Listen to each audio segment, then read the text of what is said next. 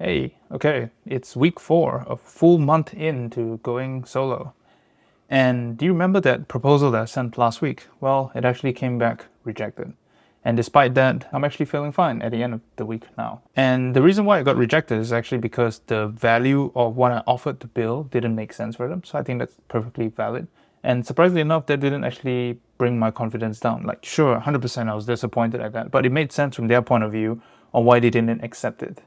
What I was actually really proud of myself is that I actually sent a follow-up email after the rejection email asking for feedback. And I got some, and which I'm really thankful for. And it made me realize that I have to do more work in alignment, as in like getting better alignment with anyone that I speak to and being clear on what it actually means to solve the problem that they're after itself. And that got me thinking a lot about whether I should be doing the same thing about my content, the newsletter and the stuff that I post on LinkedIn. I started them as a way to see whether I could do it consistently. And I've been doing that for the past 2 years now.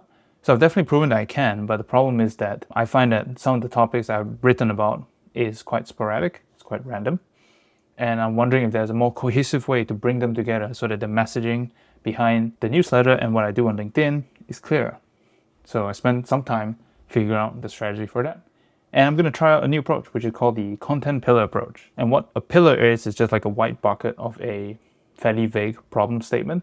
And because it's a problem, there are many angles, and the things that I produce in my writing and in LinkedIn are matched to each pillar, and they're a bit more cohesive when you look at it, right? So hopefully that clears things up and it's less rambly than it sometimes can be.